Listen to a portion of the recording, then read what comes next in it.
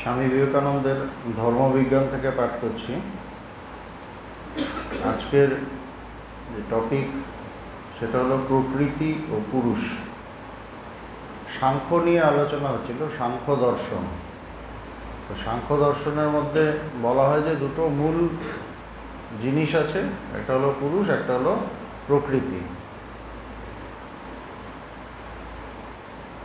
আমরা যে তত্ত্বগুলি লইয়া বিচার করিতেছিলাম, এখন সেগুলির প্রত্যেকটিকে লইয়া বিশেষ আলোচনায় প্রবৃত্ত হইল। হচ্ছে যে কথাগুলো বলেছিলাম, এবার প্রতিটা জিনিসকে একটু ডিটেলস ভালো করে একটু আলোচনা। আমাদের স্মরণ থাকিতে পারে আমরা প্রকৃতি হইতে আরম্ভ করিয়াছিলাম, কারণ প্রকৃতি দিয়ে শুরু হয়েছিল। সাংখ্য মতাবলম্বীগণ উহাকে অব্যক্ত বা অবিভক্ত বলিয়াছেন এবং উহার অন্তর্গত উপাদান সকলের সাম্য অবস্থাকেই উহার লক্ষণ বলিয়াছেন। সাংখ্যরা কি বলে? এই যে প্রকৃতি বলতে কোনটা বলছে, যে অব্যক্ত, যেটা ব্যক্ত হয়নি সেটাকে প্রকৃতি বলছে। মানে যখন ব্যক্ত হয়ে গেল তখন ওটা বিশ্ব সংসার, জগৎ সংসার, এই যে বিশ্ব ব্রহ্মাণ্ড, এটা হয়ে গেল। যেমন সায়েন্সে এখন বিগ ব্যাং বলছে, যে একটা বিরাট বিস্ফোরণ হলো, তারপরে এই পৃথিবীর সৃষ্টি হলো। তো সেরকম বিস্ফোরণের আগে কি ছিল? বিস্ফোরণের যখন বিস্ফোরণ হলো, যেমন এইটুকু একটা ছোট্ট বোম, ওটা ফাটলে একটা বিরাট অনেক কিছু বেরিয়ে আসে, তার আগে হয়তো এইটুকু ছিল। তো বলছে সেরকমই প্রকৃতি বলছে আগে ওটা অব্যক্ত ছিল, তারপর ওখান থেকে ব্যক্ত হলো। তো প্রকৃতি বলতে যে সেই অব্যক্ত, সেটাকেই বলা হচ্ছে। সাংখ্যরা বলছেন, যারা সাংখ্য চর্চা করেন, এবং উহার অন্তর্গত উপাদান সকলের সাম্য অবস্থাকে উহার লক্ষণ বলিয়াছেন। এবং এই প্রকৃতির মধ্যে যেগুলো আছে, তিনটে গুণ আছে, সত্য, রজ, তম। এই তিনটে গুণ তার যে মানে সাম্য অবস্থা, তিনটেই একভাবে আছে। তিনটে গুণ একটা আরেকটাকে ব্যালেন্স করে আছে। যেমন একটা জিনিসকে দুজন, মানে একটা লাঠি আছে, দুজন দুদিক দিয়ে টানছে, টাগ অফ ওয়ার হয় না? একটা দড়ি আছে, দুজন দুদিক দিয়ে টানছে। যদি দুজনেরই শক্তি সমান হয় তাহলে দড়িটা কিন্তু নড়বে না, তাই তো, একই জায়গায় থাকবে। সেরকম এই যে আমাদের তিনটে গুণ, সত্য, রজ, তম, সেটা কি? সেটাও সেরকম তিন দিকে, মানে তিন রকম। রজটা বাইরের দিকে, তমটা একদম মানে ঢেকে, একদম আবরণ করা, ঢেকে রাখার মতো। রজর মধ্যে একটা কর্মে এড়িয়ে। আর সত্য হলো দুটোর ব্যালেন্স, একটু শান্ত। তো বলছে এই যে তিনটে গুণ যখন সাম্য অবস্থায় থাকে, মানে তখন কি হয়? কোনো সৃষ্টির প্রসঙ্গ থাকে না, তখন কিছু হয় না। মানে দুজন দুদিক দিয়ে টানছে আর দড়িটা সোজা হয়ে আছে, ওরকম একটা অবস্থা, তখন সাম্য।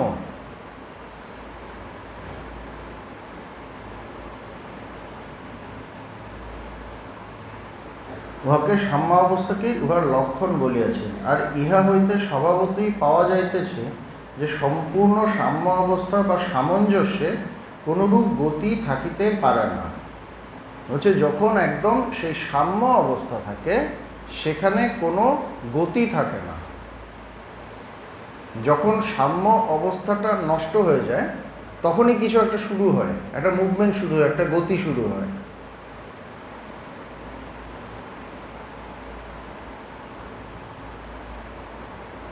আমরা যাহা কিছু দেখি, শুনি বা অনুভব করি, সবই জড় ও গতির সমবায় মাত্র। বলছে আমরা যা কিছু দেখছি বা শুনছি বা অনুভব করছি, সবই জড়। জড় মানে বস্তুটা, আর এই মুভমেন্ট, গতির সমবায়। দুটো অ্যাকশনে আমরা কোনো কিছু দেখি বা শুনি, কিছু একটা হয়, কোনো জড়র একটা মুভমেন্ট, তার মধ্যে কোনো একটা মানে কোনো একটা শক্তি কাজ করে, তখন ওটা আমাদের মানে যদি সব সাম্য অবস্থায় থাকে তখন কিছু দেখবো না, ওই যে তখন অব্যক্ত অবস্থা। কিন্তু যখনই তার মধ্যে অসাম্য হয়, যখনই তার মধ্যে একটা মুভমেন্ট হয়, তখনই কিছু দেখা যায় বা শোনা যায় বা কিছু একটা হয়। ঠিক আছে? অব্যক্ত হলে কিছু দেখবো না, আমরাও ওখানে মিলেমিশে একাকার হয়ে থাকবো, কিছু দেখার নেই, কিছু শোনার নেই, কিছু বোঝার নেই, এক।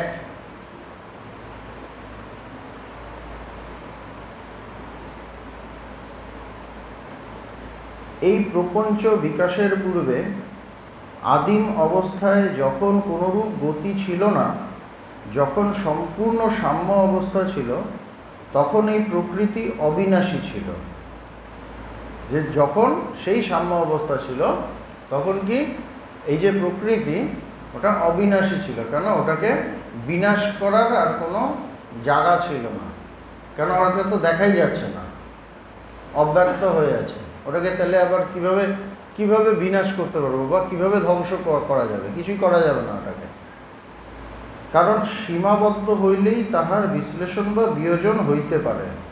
যখনই তার মধ্যে গতি আসবে সেটার এগেনস্টে কিছু একটা করা যাবে। যখন কোনো কিছু নেই, পুরো সাম্য, তখন কিছু করা যাবে না। আবার সাংখ্য মতে পরমাণুই জগতের আদি অবস্থা নয়। যেমন সায়েন্সে তখন বলতো যে অ্যাটম বা পরমাণু এটাই সমস্ত জগতের, সেই সময় স্বামীজির সময় অ্যাটম বা পরমাণুই জগতের আদি অবস্থা।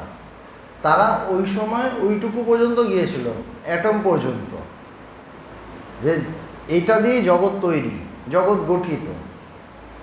তো বলছে যে সাংখ্যে কি বলছে তা নয়। স্বামীজি কথাগুলো কোথায় বলছেন? বিদেশে বলছেন। সুতরাং বিদেশের লোকরা সায়েন্স নিয়ে, বিজ্ঞান নিয়ে বেশি মাথা ঘামাতো, বিজ্ঞানে নতুন কি আবিষ্কার হচ্ছে সেগুলো তারা খুব ভালোভাবে জানতো। আমাদের দর্শনের ব্যাপার তারা অতটা জানতো না, সেই জন্য স্বামীজি ওখানে বিজ্ঞানের কথাগুলো একটু একটু এনেছিল। তো বিজ্ঞানে তখন নিয়েছিল যে পরমাণুই এই জগতের আদি অবস্থায়, পরমাণু দিয়ে এই জগৎ তৈরি হয়েছে। তো সেই জন্য বলছেন যে সাংখ্য বলে যে পরমাণুই আদি অবস্থা নয়। এই জগৎ পরমাণু পুঞ্জ হইতে উৎপন্ন হয় নাই, উহা দ্বিতীয় বা তৃতীয় অবস্থা হইতে পারে। বলছে পরমাণু থেকে এই জগৎ তৈরি হয়নি, ওইটা একটা মিডিলের অবস্থা, এটা একটা মিডিলের অবস্থা। ওটাই যে একদম শুরু তা নয়, শুরু অন্য কিছু, ওখান থেকে পরমাণুর অবস্থায় এসছে, তারপরে জগৎ হয়েছে।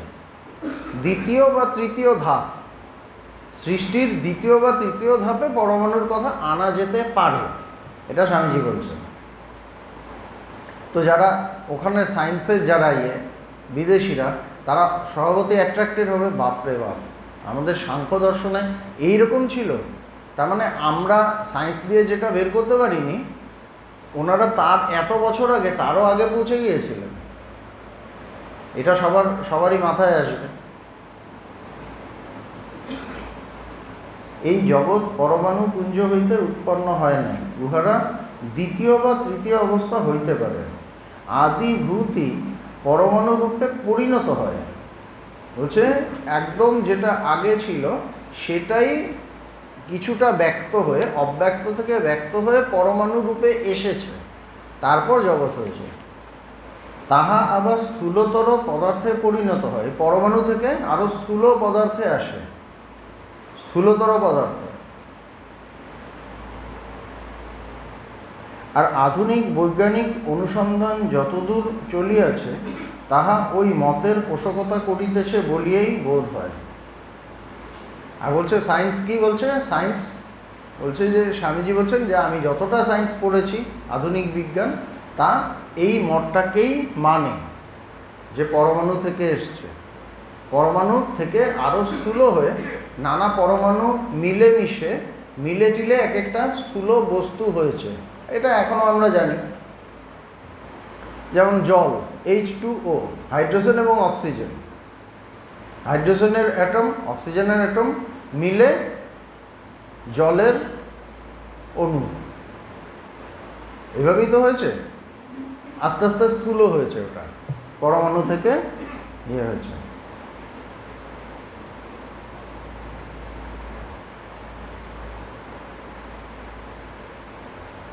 উদাহরণস্বরূপ ইথার সম্বন্ধীয় আধুনিক মতের কথা ধরুন। তখন ওই ইথার নিয়ে একটা কথা উঠতো, আমি সেদিন বলেছিলাম। এখন আর এই সম্পর্কে কিছু, ইথার বলতে অনেকটা আকাশের মতোই একটা পদার্থ আর কি। তারা ওইভাবে করতে যে আকাশের মতোই একটা পদার্থ, যা থেকে সমস্ত কিছু সমস্ত কিছুর মধ্যে যেটা ব্যাপ্ত হয়ে আছে। উদাহরণস্বরূপ ইথার সম্বন্ধীয় আধুনিক মতের কথা ধরুন। যদি বলেন ইথারও পরমাণু পুঞ্জের সমবায় উৎপন্ন, তা হইলে সমস্যার মীমাংসা মোটেই হইবে না। বলছে ইথারও যদি পরমাণু দিয়ে গঠিত হয়, বলছে সেটা তো মানে পরিষ্কার কিছু বোঝা যাবে না, আমরা একদম সেই ডেপথে পৌঁছাতে পারবো না। আরও স্পষ্ট করিয়া এই বিষয়ে বোঝানো যাইতেছে। বায়ু অবশ্য পরমাণুপুঞ্জে গঠিত, বলছে বাতাস পরমাণু দিয়ে গঠিত। আর আমরা জানি ইথার সর্বত্র বিদ্যমান, উহা সকলের মধ্যে ওতপ্রোতভাবে বিদ্যমান ও সর্বব্যাপী। তখন যেটা বলা হতো, ইথার সমস্ত কিছুর মধ্যে ব্যাপ্ত হয়ে আছে, সমস্ত জড় জগতের মধ্যে, এবং সেটা সর্বব্যাপী। আকাশকে যেটা আমরা যেটা বলি আর কি। বায়ু এবং অন্যান্য বস্তুর পরমাণুও যেন ইথারেই ভাসিতেছে। আর ইথারের মধ্যেই বাতাস, যেটা আমাদের বায়ু, সেটাও যেন ইথারের মধ্যেই ভাসছে।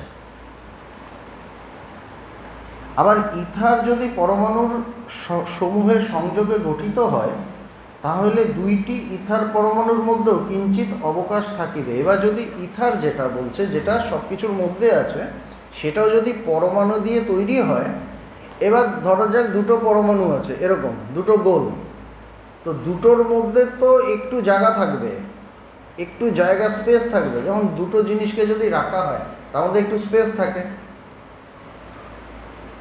তাই না? দুটো গোল পরমাণু আমি ধরে নিলাম গোল, গোল যদি হয় বা তিনটে হয়, তিনটের মধ্যে এই ভেতরে একটা স্পেস থাকবে, তো একটা জায়গা থাকবে, তো ওইটা কি?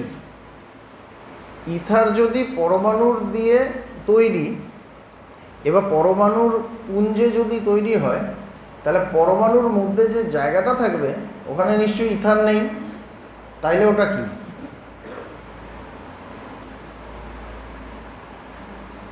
ইথার সর্বত্র বিদ্যমান পরমাণু।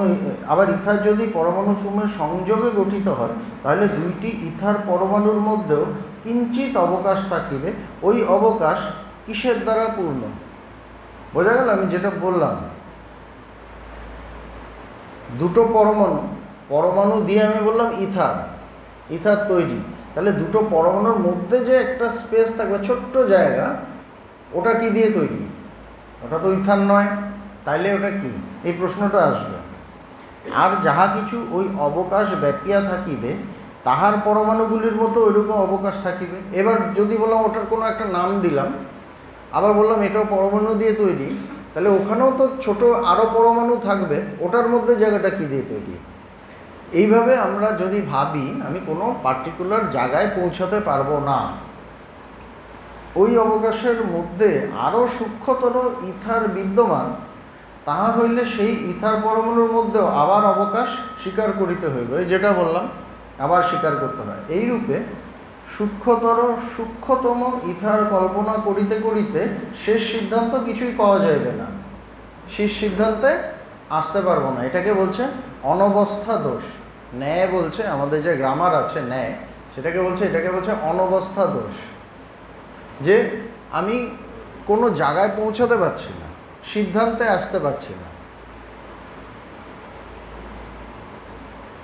সাংখ্যমতে অতএব পরমাণুবাদ চরম সিদ্ধান্ত হইতে পারে না, যেটা সায়েন্স বলছিল, পরমাণু দিয়েই সব তৈরি, বলছে এটা চরম সিদ্ধান্ত হতে পারে না, দেখিয়ে দিলেন।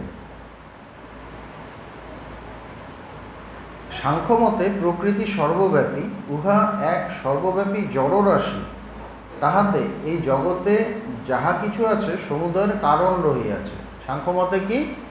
এটা একটা অনন্ত জড়রাশি, এবং ওখানে সমস্ত কিছুর কারণ ওটা। এই যে যা কিছু সৃষ্টি হচ্ছে, সমস্ত কিছু ওই প্রকৃতির ওই জড়রাশি, মানে ওটা থেকেই সৃষ্টি হচ্ছে।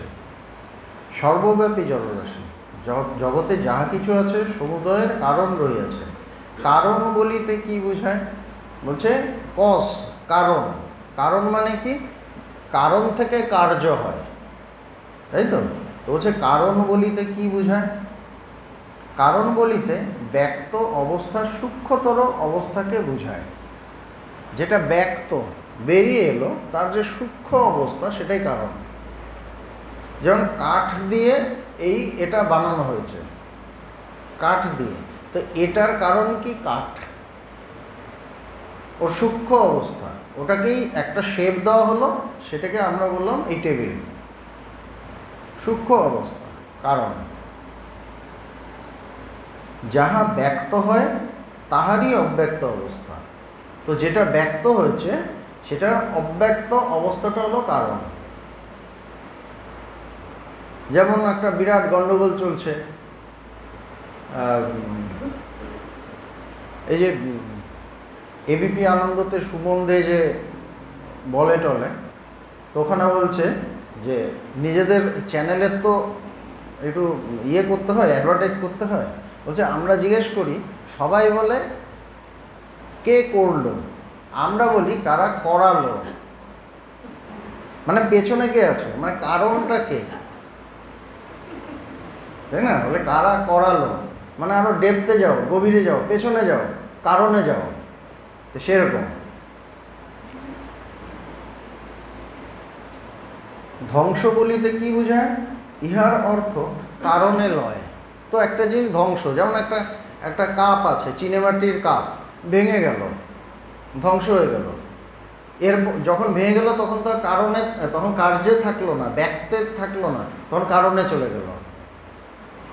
যে কাচের ওগুলো থেকে কাপ হয়েছে, কারণে লয়। তার মানে ধ্বংস বলতে আমরা ভাবি যে সব কিছু শেষ হয়ে গেছে, তা হয়নি, সে তার কারণে ফিরে গেছে, এটাই ধ্বংস। তো একবার আমি এরকম, তখন আমি বাইরে পড়ি আর কি, মাঝে মাঝে যাই, তো ভগবান কি একটা কথা, আমি ছিলাম, মহারাজ ছিল, ভগবান কথাটা তো বেদান্ত টেদান্ত বলছে, তারা আমাকে এরকম ফট করে বলছে ধ্বংস মানে কি, কি একটা বলছে, এটা ডিস্ট্রয় হয়ে যাবে, হয়ে যাবে, ধ্বংস মানে কি? আমি ফট করে বলছি কারণে লয়। হঠাৎ ভগবান চমকে গেছে, মানে তার আগে আমি বইটা পড়েছিলাম আর কি কোনো একটা জায়গা, ওটা তো আর বলিনি। হ্যাঁ, বাহ দারুণ বলেছিস, দেখেছো কি বলছে, মানে কারণে লয়, সেটা হলো ধ্বংস। আমরা বলি ধ্বংস, কিন্তু অ্যাকচুয়ালি ধ্বংস বলে কিছু হয় না, তার যে কারণ সেখানে ফিরে গেছে। কোনো কিছু ধ্বংস হয় না, তার এক ফর্ম থেকে আরেক ফর্মে যায়, এক অবস্থা থেকে আরেক অবস্থায় যায়।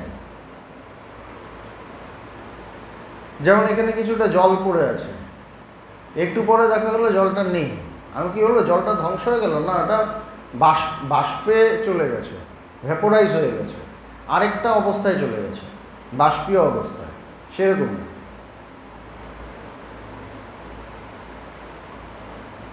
ইহার অর্থ কারণে লয়, কারণে প্রত্যাবর্তন। যে সকল উপাদান হইতে কোনো বস্তু নির্মিত হইয়াছিল সেগুলি তাহার আদিম অবস্থায় চলিয়া যায়। যেগুলো দিয়ে একটা বস্তু বানানো হয়েছিল সেটা তার আগের অবস্থায় চলে গেল, এটাকে আমরা বললাম ধ্বংস। ধ্বংস শব্দের এই অর্থ ব্যতীত সম্পূর্ণ অভাব বা বিনাশ অর্থ যে অসম্ভব তা স্পষ্টই দেখা যাইতেছে।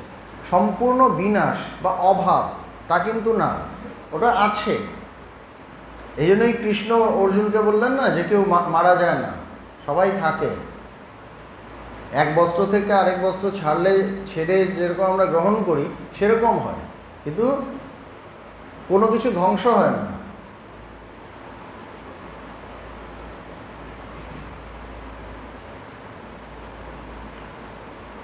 কপিল অনেক যুগ পূর্বে ধ্বংসের অর্থ যে কারণে লয় করিয়াছিলেন, বাস্তবিক উহা দ্বারা যে তাহাই বুঝায়, আধুনিক পদার্থ বিজ্ঞান অনুসারে তাহা প্রমাণ করা যাইতে পারে।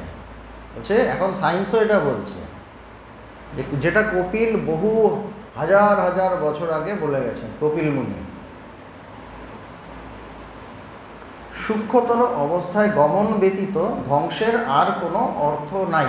সূক্ষ্মতর অবস্থায় গমন, সেটাই ধ্বংস। আপনারা জানেন বৈজ্ঞানিক পরীক্ষাগারে কিরূপে প্রমাণ করা যাইতে পারে জড় বস্তু অবিনশ্বর।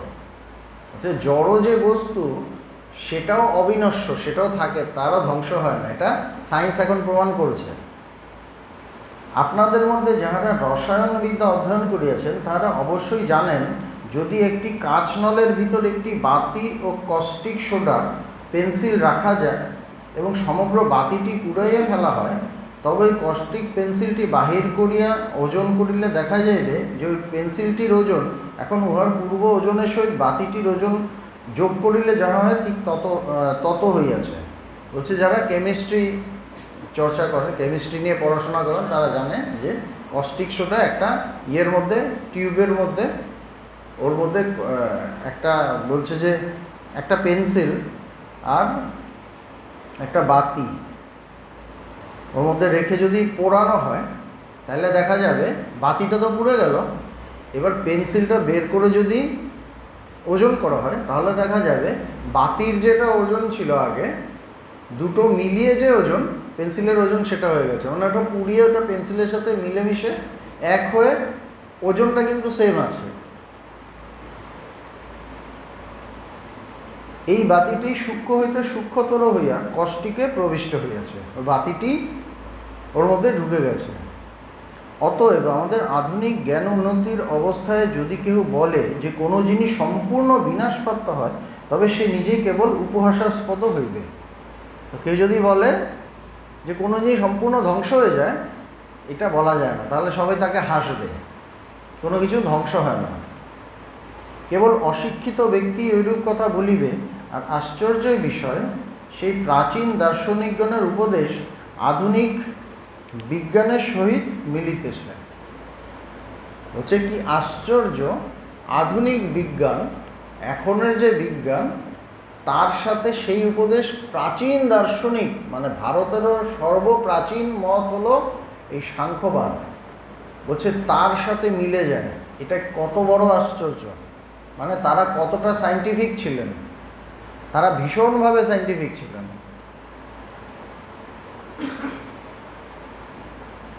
প্রাচীনেরা মনকে ভিত্তিস্বরূপ করিয়া তাহাদের অনুসন্ধানে অগ্রসর হইয়াছিলেন। তফাৎ কী ছিল এখনের সায়েন্স আর আগের যারা, মানে ঋষি মুনি, তাদের দুজনেই তো খুঁজেছেন, সত্যকে খুঁজেছেন।